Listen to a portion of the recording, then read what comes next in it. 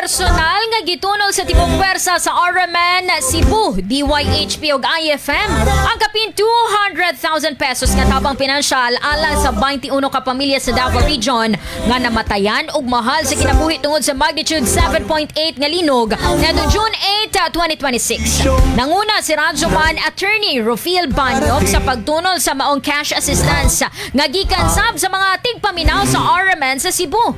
Diin miabot sa kapin 1 ka milyon ang ilang natigom nga ilasab nga gitunol sa mga nabiktima sa linog sa General Santos City. Ato paminawon ang tipik sa pamahayag ni Attorney Rufil Banyo.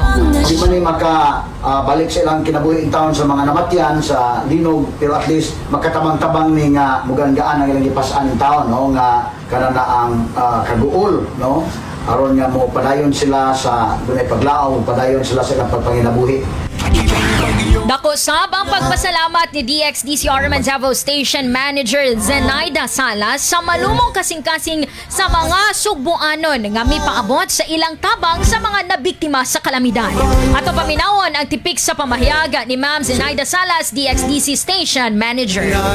Panikamutan dyan na mo, tanan, kaning 21 ka mga nabiktima sa linog, mapunod yun sa ila personal man or diri sa tong stasyon.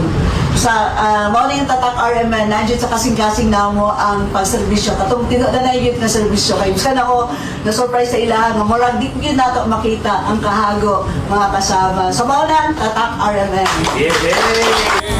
Daghang salamat mga kasama, ilabi na sa ato ang mga kasamang sugbuanon na sa kanunay, dalaygon ang Diyos.